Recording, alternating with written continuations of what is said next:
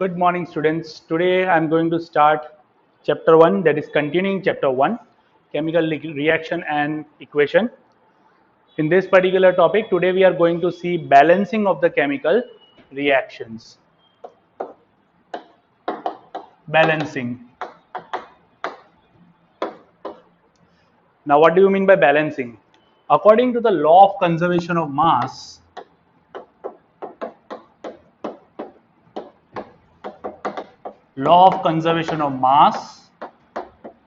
the atoms on reactant side and product side should be same.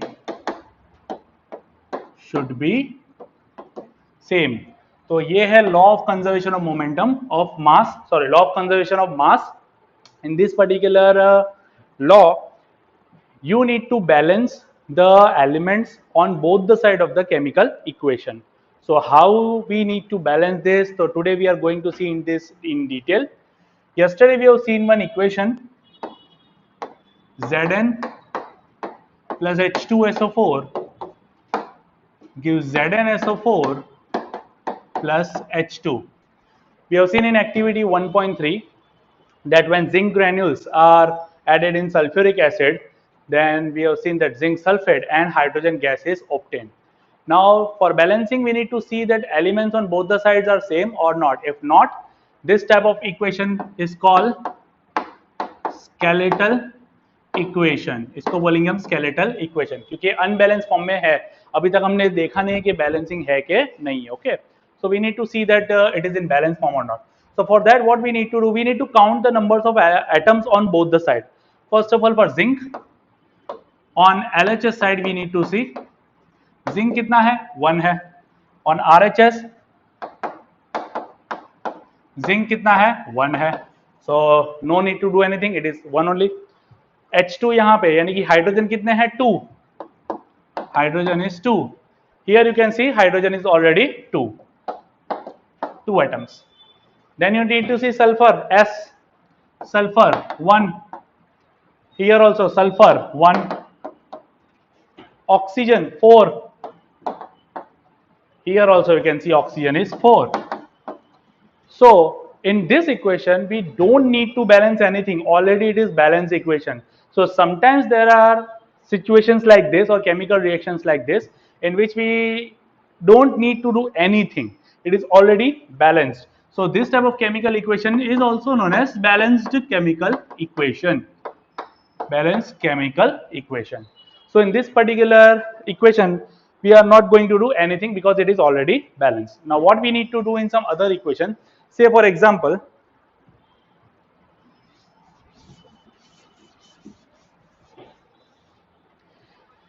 if I take iron plus H2O gives Fe3O4 plus H2. Now in this particular equation you can see here I have taken the valency of iron differently. This particular compound is known as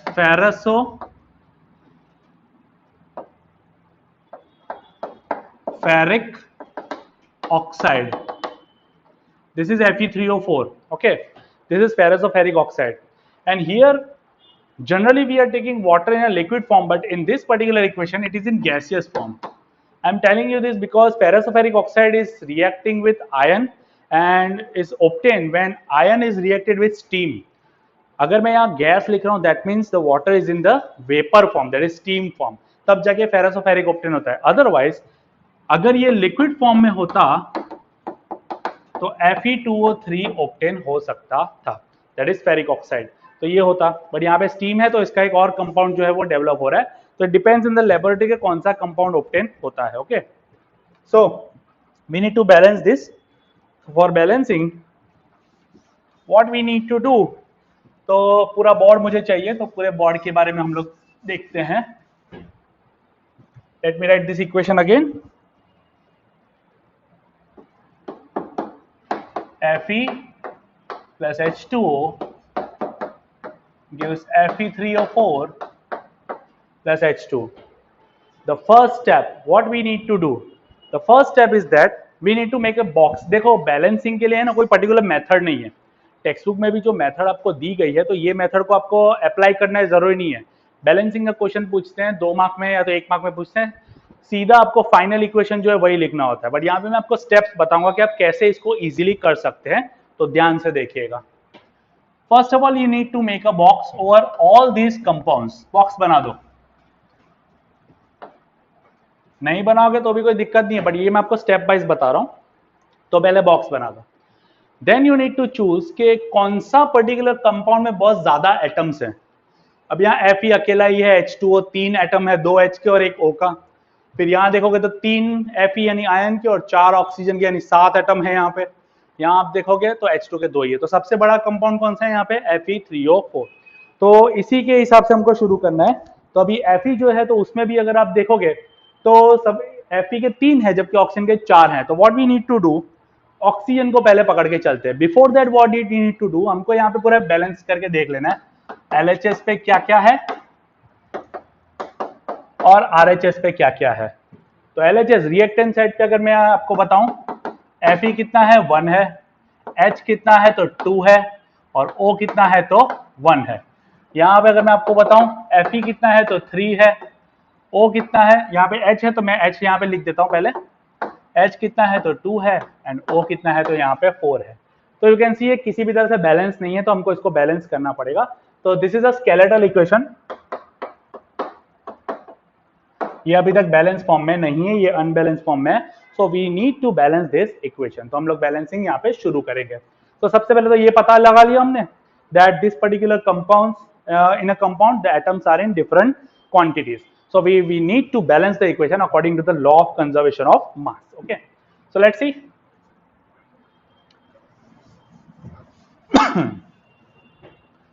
So first of all, as I have told you, you need to see which particular compound has a more number of atoms. So in this case we are taking this Fe3O4. It is having 7 particular atoms of different elements. So what we need to do, oxygen is 4 over here. So what we will do in the next step, we will be putting this 4, ये जो 4 है oxygen को balance करने के लिए, we will be putting this 4 in this H2O at this particular place. Mind well, you can't place H2O like this. यहाँ पे 4 नहीं रख सकते. ये जो बॉक्स हम बनाया है ना, तो बॉक्स के आगे यहाँ पे ही हम लोग लिख सकते हैं. This particular place is called prefix, या तो इसको कोएफिशिएंट भी बोलते हैं.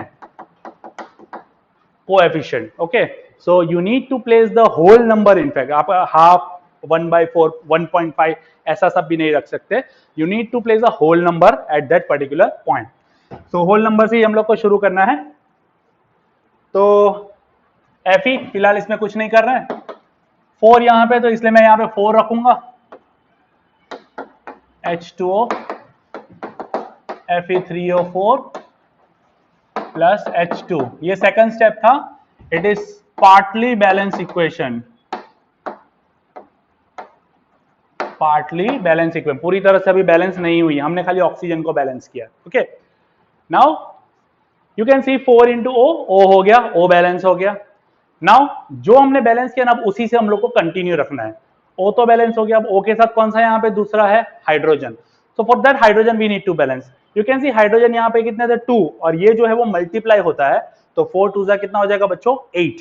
तो यहाँ पे देख सकते हो आप हाइड्रोजन है, right hand left hand side पे 8 हो गए, तो हमको राइट हैंड साइड पे भी 8 करने हैं. तो नेक्स्ट स्टेप में मैं यहाँ के आगे क्या लिखूंगा? 8 मुझे लाना है, 2 ऑलरेडी है, मुझे एक ऐसा नंबर चाहिए जो यहाँ मल्टीप्लाई में हो जाए. तो दैट नंबर इज 4 इटसेल्फ. 4 2 जा it will be 8. So in next step that is Fe plus 4H2O gives Fe3O4 plus 4 में यहां पे लगाऊंगा H2. ये भी पार्टली ही है, अभी भी पूरी तरह से बैलेंस नहीं हुई है. सो ऑक्सीजन और हाइड्रोजन दोनों जगह बैलेंस हो गए. You can C 4 O into 4, that is 4 oxygen on left hand side, and 4 into this one balance. You can see hydrogen 4 to the 8 hydrogen on left hand side, and you can see 4 to the 8 on the right hand side. That is complete. Now iron. Here on right hand side you can see 3 atoms of ions are there. Here it is only 1. What we need to do, we will have to place 3 in the prefix in this particular side.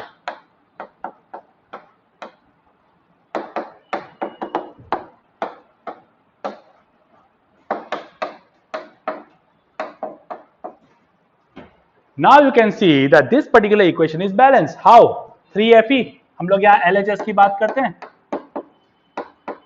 Fe कितना हो गया यहाँ पे 3. Right hand side की अगर मैं बात करूं तो Fe कितना है यहाँ पे 3. ओके. देन मैं बात करूं हाइड्रोजन की. हाइड्रोजन यानी कितना हो गया यहाँ पे 8. यहाँ पे भी हाइड्रोजन कितना है 4 2 8. ऑक्सीजन की बात करूं यहाँ पे 4 into O यानी कि 4. एंड यहाँ पे भी 4 ऑलरेडी है यानी कि 4. Now you can see that atoms on both the sides are balanced. So that's how you can see this is called the balanced chemical equation. Balanced chemical equation. So that's how you can manage the balancing over here. Balancing बहुत ही simple है. Just you need to remember the basic steps कि कहाँ से आपको शुरू करना है. तो सबसे पहले जैसे मैंने बताया, पहले तो आप बॉक्स सोच लो, बनाने की भी जरूरत नहीं. ये पूरा जो मैंने प्रोसीजर बताया आपको करने की कहीं पे भी जरूरत नहीं है.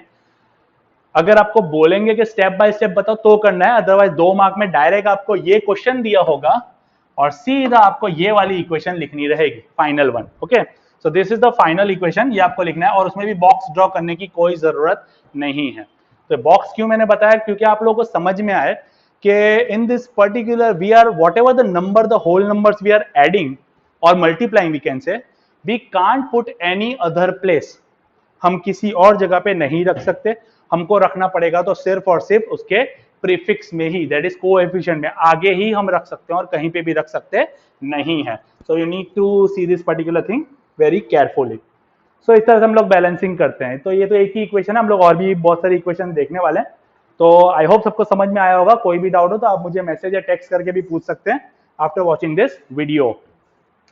नाउ क्योंकि हमने यहाँ पे बार बार एडजस्टमेंट किया तो इस मेथड को हम लोग क्या बोलते हैं बच्चों, hit and trial method. Hit and trial method. हमको पहले ही स्टेप में पता नहीं था कि हम लोग क्या करने वाले हैं. हम लोग देखते हैं, ट्राई करते हैं, एडजस्ट करते हैं नंबर. एक नंबर एडजस्ट करते हैं, दूसरा डिस्टर्ब हो जाता है तो उसको हम लोग बैलेंस करते हैं. तो that's how we are balancing the equation by trial and error method. तो इसको हिट एंड ट्रायल मेथड बोलते हैं. Very important method it is. इसी तरह से आपको सारी केमिकल इक्वेशन जो है वो बैलेंस करनी होगी. नाउ दिस पर्टिकुलर इक्वेशन हमने बैलेंस कर ली. मैं इसको अलग से लिख देता हूं यहां पे वापस से. तो मैं बिना बॉक्स के लिखूंगा. This is your final equation. We can say semi final equation. क्यों semi final equation?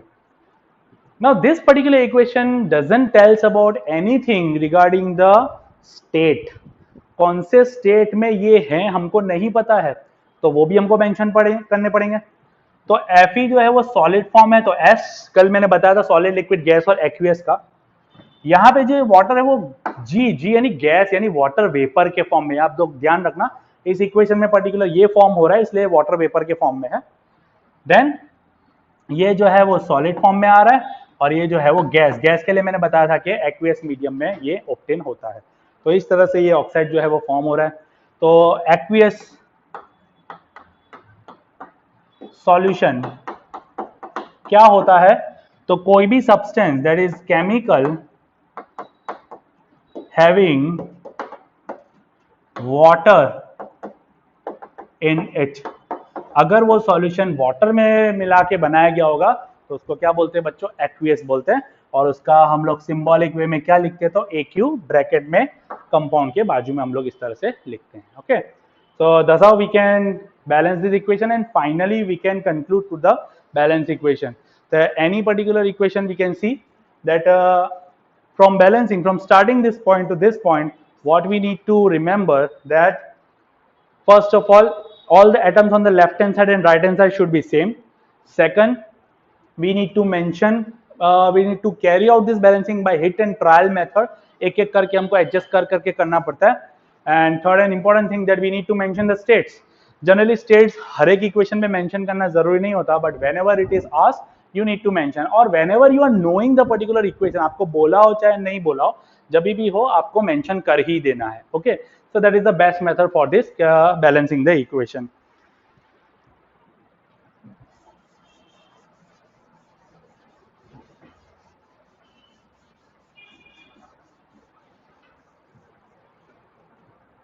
One more thing,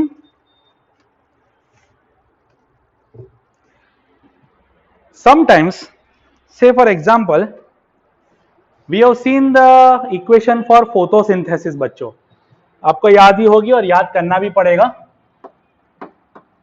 6CO2 plus 6H2O gives C6H12O6 plus 6O2. ये इक्वेशन फोटोसिंथेसिस की इक्वेशन थी.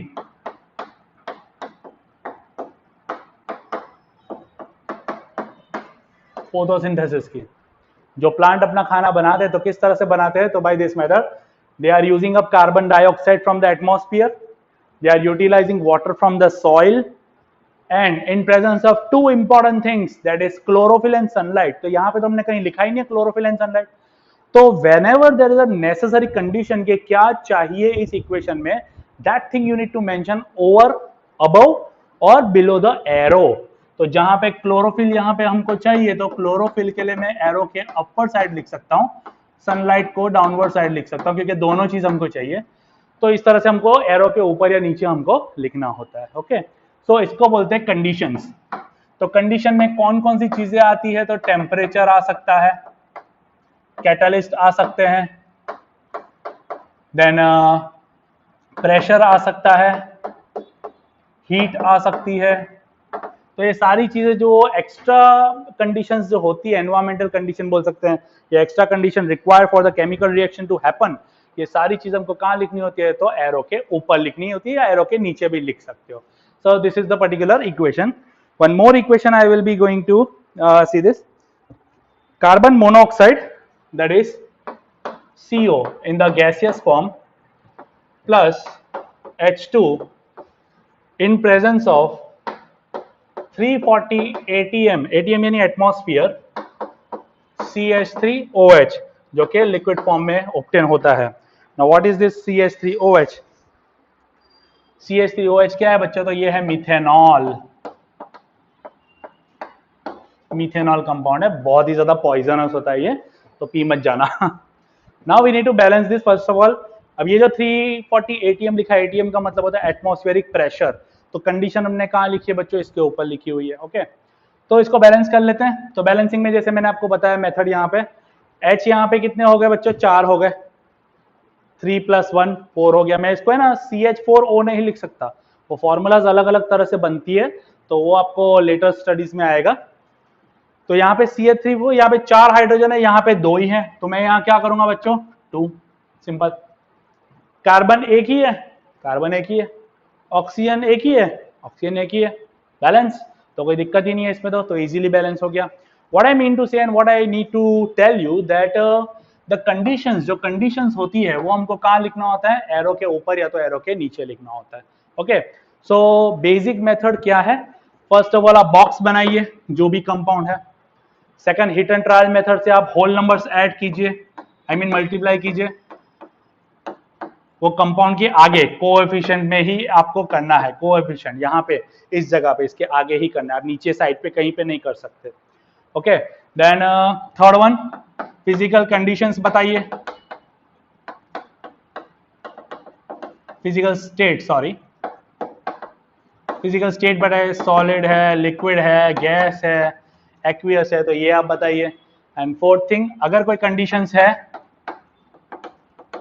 That is temperature, pressure, then catalyst and heat. अगर है तो heat दे रहे हैं, तो हीट का सिंबल डेल्टा होता है. बच्चों कैटालिस्ट वर्ड यहाँ पे है, कैटालिस्ट का मतलब क्या होता है, catalyst. What is catalyst? Catalysts are those chemicals in presence of which the reaction speed ups. Reaction fast हो जाता है, बहुत fast हो जाता है, but this catalyst does not take part in the reaction, reaction में पार्ट नहीं लेता है, तो catalyst speed up the reaction but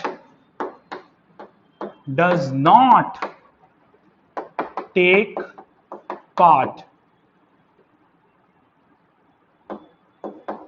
in reaction, does not take part in the reaction, reaction में पार्टिसिपेट नहीं करता ये, बट हाँ ये रिएक्शन को स्पीड अप जरूर कर देता है। तो ऐसे बहुत सारे इक्वेशंस होते हैं जिसमें कैटालिस्ट की जरूरत पड़ती है, तो कैटालिस्ट की जिन जिन में जरूरत पड़ती है तो वो पर्टिकुलर इस तरह से स्पीड अप करने के लिए काम लगता है। Okay, so this things we are knowing. Box बनाओ, होल नंबर मल्टीप्लाई करो, फिजिकल स्टेट लिखो एंड कंडीशंस अगर है तो वो मेंशन करो। स्टेप बाय स्टेप हमको करना है, और इस मेथड का नाम क्या है बच्चों? Hit and trial method of balancing. तो बैलेंसिंग इस तरह से हिट एंड ट्रायल से हम लोग कर सकते हैं। Okay, so we are going to see some more equations. हम थोड़ी और इक्वेशंस यहाँ पे देखेंगे बैलेंस के लिए, तो आपको पूरी तरह से आइडिया आ जाए कि बैलेंसिंग कैसे करते हैं। तो उसके लिए टेक्स्ट बुक का आपको लास्ट पेज निकालिए, सेकंड लास्ट पेज इस चैप्टर का, उसमें कुछ कुछ इक्वेशंस है, तो वो इक्वेशंस के बारे में हम लोग देखेंगे। बिफोर दैट पेज नंबर 6 पे देखिए, क्वेश्चंस कुछ है, उस क्वेश्चंस में बैलेंसिंग के लिए भी दिया हुआ है, तो हम लोग वो देखेंगे। क्वेश्चन नंबर 2 देखो, क्वेश्चंस में क्वेश्चन नंबर 2 पेज नंबर 6 में, hydrogen plus chlorine gives hydrogen chloride. मैं यहाँ पे एक पूरा लिख देता हूं पहले तो, hydrogen plus chlorine gives hydrogen chloride, ये हमको दिया हुआ है। Now I would like to remember that इसको बोलते हैं वर्ड इक्वेशन, क्योंकि ये वर्ड में दिया हुआ है, तो इसको हम क्या बोलते हैं? Word equation. What we need to do, we need to bring it out in the skeletal equation and then we need to balance it. तो इनके सिंबल्स आपको याद रखने, हाइड्रोजन होता है H2, याद रखना है मॉलिक्यूलर फॉर्म में होता है, इसको मैं सिर्फ H अकेला नहीं लिख सकता, मुझे लिखना है तो क्या लिखूंगा मैं? H2। देन क्लोरीन के लिए भी मैं Cl अकेला नहीं लिखूंगा, मुझे लिखना पड़ेगा Cl2 because they obtain in a gaseous molecular form. And hydrogen chloride, you are knowing the formula HCl। So this is particular the equation. अब यहाँ पे आपको देखना है क्या ये बैलेंस है? तो बैलेंस नहीं है। हाइड्रोजन यहाँ कितना है? 2, यहाँ कितना है? 1, नॉट बैलेंस। क्लोरीन यहाँ कितना है? 2, यहाँ कितना है? 1, नॉट बैलेंस। सिंपल, मुझे बैलेंस करना है, क्या करूंगा मैं? यहाँ दोनों के दो दो हैं, यहाँ पे कुछ भी नहीं है, तो मैं सिंपली यहाँ पे क्या मल्टीप्लाई कर दूंगा? 2। And that's how you can C 2 into H, 2 hydrogen, and 2 into chlorine also, that is 2 chlorine. तो एक 2 मल्टीप्लाई करने से दोनों को ही 2 मिल जाता है, ऐसा कहलाता है, तो दोनों ही बैलेंस हो गया। Okay, so this is very simple equation. One more equation we are going to see, इसके नीचे ये बेरियम क्लोराइड, इसमें मैं पूरा लिख रहा हूं ताकि आपको थोड़ा ध्यान आए। Aluminium sulphate gives barium sulphate plus aluminium chloride. Again this is a word equation, तो इस वर्ड इक्वेशन को हमको कैसे सॉर्ट आउट करना है? ये इसकी बैलेंस इक्वेशन थी बच्चों। नाउ इसको हमको बैलेंस करना है। Barium chloride, we are knowing BaCl2, barium की 2 वैलेंसी है तो क्लोरीन को 2 लगेगी, क्लोरीन की 1 वैलेंसी है, कुछ भी नहीं लगेगा बेरियम को, तो फॉर्मूला क्या बनेगा? BaCl2। एल्यूमिनियम सल्फेट AlNSO4, ये दिमाग में रखना है बच्चों। एल्यूमिनियम की 3 वैलेंसी, तो वो 3 जाएगी सल्फेट को, और सल्फेट की 2 वैलेंसी है तो वो जाएगी एल्यूमिनियम को, तो फॉर्मूला क्या बन गया? Al2SO4 thrice. Then barium sulphate BaSO4, यहाँ पे जैसे Cl के बाद में 2 लगा, यहाँ लगाने की जरूरत नहीं है। क्यों? बेरियम की वैलेंसी कितनी है? 2, सल्फेट की वैलेंसी हमने देखी कितनी थी? 2, तो अगर दोनों की सेम वैलेंसी, कल मैंने बताया था कि यहाँ पे हमको कुछ भी नहीं लिखना है, सेम वैलेंसी है तो nothing to write. And aluminium chloride AlCl3, कैसे AlCl3 आया? एल्यूमिनियम की 3 वैलेंसी है इसलिए 3 जाएगा क्लोरीन के पास, और क्लोरीन की 1 वैलेंसी है तो उसके लिए कुछ भी लिखना नहीं है। सो this is a skeletal equation, इसको बैलेंस करना है हमको। तो बैलेंस के लिए जैसे मैंने बताया सबसे ज्यादा मॉलिक्यूल्स वाले कंपाउंड को देखो किसमें ज्यादा एटम्स हैं, तो ये वाला देखो, यहाँ पे आप देख सकते हो कि SO4 3 है, ज्यादा है, पूरा का पूरा SO4 देखो। जब भी इस टाइप के आयंस होते हैं ना, बड़े कंपाउंड के नेगेटिव आयंस पॉजिटिव आयंस जो होते हैं ना, तो इसको आपको पूरा का पूरा ही देखना है। ओके, सो SO4 कितना है, 3 है। सामने की साइड यहाँ SO4 पूरा कितना है, 1 ही है। ये पूरा अगर आप देखोगे तो 1 ही है, तो मैं यहाँ पे क्या मल्टीप्लाई करूंगा, 3। ओके, बेरियम कितना हो गया अभी, 3। यहाँ कितना है बेरियम, 1, तो मैं यहाँ क्या करूंगा, 3। क्लोरीन कितना हो गया, हमको स्टेप बाय स्टेप जाना है। पहले हमने सल्फेट को बैलेंस किया, तो सल्फेट के साथ जो था बेरियम, फिर बेरियम को बैलेंस किया, बेरियम के साथ कौन है यहाँ पे, तो क्लोरीन। तो क्लोरीन 2 3 जा कितना हो गया, 6 हो गया। यहाँ कितना है बच्चों, क्लोरीन 3 है, तो मैं यहाँ क्या मल्टीप्लाई करूंगा, 2 2 3 जा 6। एंड एल्यूमिनियम यहाँ अब कितना हो गया, 2। And you can C aluminium यहाँ ऑलरेडी कितना है, 2। तो that's how you can see the balancing has taken place. Again ये वाला इक्वेशन में बता दूं, बहुत इक्वेशन इंपॉर्टेंट है ये। सीरीज, सबसे पहले तो बड़ा जो कंपाउंड है वो देखो, सल्फेट के कितने मॉलिक्यूल्स हैं यहाँ पे, 3 एटम्स हैं यहाँ पे, तो यहाँ मैं लिखूंगा 3। सल्फेट बैलेंस हो गया पूरा, सल्फेट इंटू 3 हो गया। बेरियम देखो कितना है यहाँ पे, 3, तो what we need to multiply over here, 3, तो बेरियम भी बैलेंस हो गया। Then Cl2 into 3 that is 6 Cl हो गया। यहाँ कितना है, 3 है, तो मैं यहाँ क्या करूंगा, 2 करूंगा, तो 2 3 जा 6 हो गया। and 2 aluminum over here and 2 aluminum over here, so it is already balanced. So that's how we can balance this chemical equation. तो ये भी एक बैलेंसिंग हो गया तुम्हारा। उसके बाद ही क्वेश्चन नंबर 3 भी यहाँ पे दिखा हुआ है, right the balance chemical equation with state symbol for the following reaction. तो क्वेश्चन नंबर 3 का फर्स्ट है ये। Now solution of barium chloride, बच्चों सॉल्यूशन के बारे में मैंने बताया, जब भी सॉल्यूशन वर्ड आएगा तो यानी कि वो एक्वियस मीडियम हो जाता है। Solution of barium chloride, barium chloride क्या होता है, ऊपर ही हमने लिखा हुआ है BaCl2 plus sodium sulphate. Sodium sulphate ये एल्यूमिनियम था, सोडियम Na और SO4 अगर मैं लिखूं तो SO4 की वैलेंसी 2 है, तो इसको लगेगी 2। सोडियम की वैलेंसी 1 है, तो यहाँ पे कुछ भी नहीं लगेगा, तो Na2 SO4। और जब ब्रैकेट के बाहर कुछ नहीं लिखते तो हम वो ब्रैकेट को निकाल देते हैं, लगाने की जरूरत नहीं है। इन वाटर, वाटर यानी कि एक्वियस सॉल्यूशन हो गए दोनों के दोनों। To give insoluble barium sulphate, बच्चों कल मैंने बताया था इनसॉल्युबल, इनसॉल्युबल का मतलब क्या होता है, प्रेसिपिटेट, जो कि बबल फॉर्म में यहाँ पे पार्टिकल्स के फॉर्म में दिखेगा। बेरियम सल्फेट BaSO4, इसको मैं अपवर्ड एरो के थ्रू बताऊंगा, sorry downward arrow, upward arrow तो गैस के लिए है,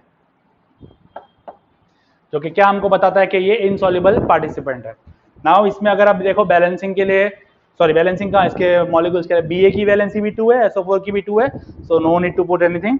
एंड सोडियम क्लोराइड फॉर्म हो रहा है। सोडियम क्लोराइड बच्चों बहुत ही ईजी है, NaCl दोनों की एक वैलेंसी है, so no need to put anything. Now balancing क्या करना है हमको बैलेंसिंग के लिए, तो बहुत ही सिंपल, सबसे ज्यादा कंपाउंड देखो किसमें है, तो ये वाला कंपाउंड Na2 है, SO4 है, SO4 एक ही है बट Na कितना है, 2 है, तो Na जहां पे राइट साइड पे देख रहे हैं कितना है, 1 है, तो यहां मैं क्या करूंगा, 2। क्लोरीन कितना हो गया, 2।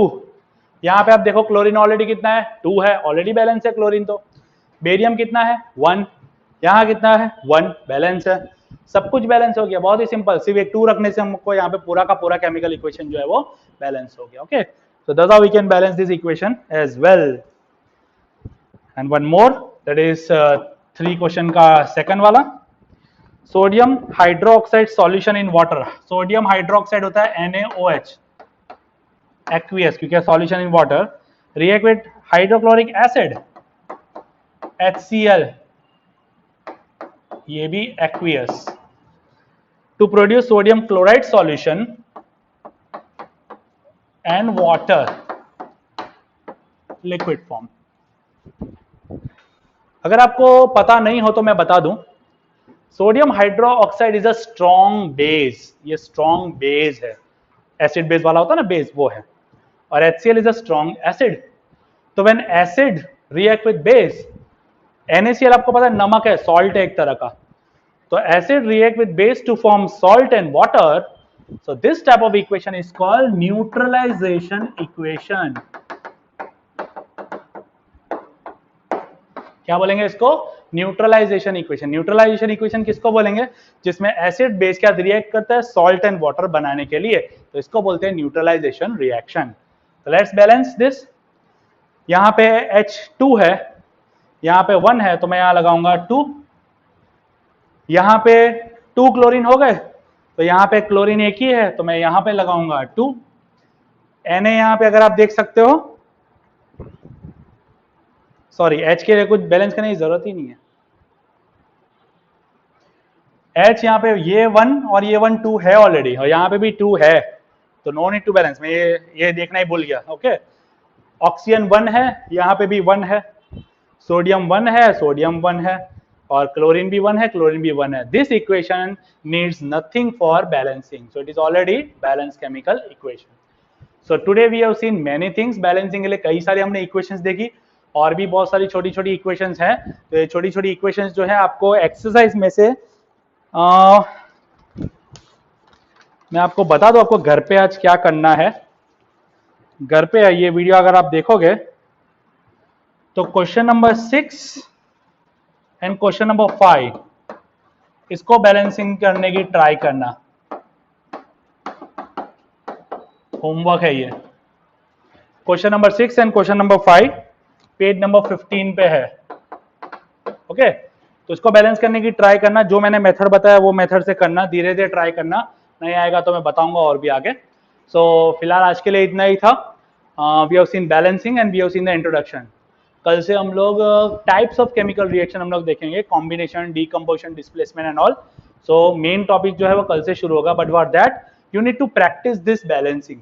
बैलेंसिंग प्रैक्टिस करना बहुत जरूरी है। अगर बैलेंसिंग आपको नहीं आएगा तो केमिस्ट्री में बहुत सारी चीजें नहीं आएगी।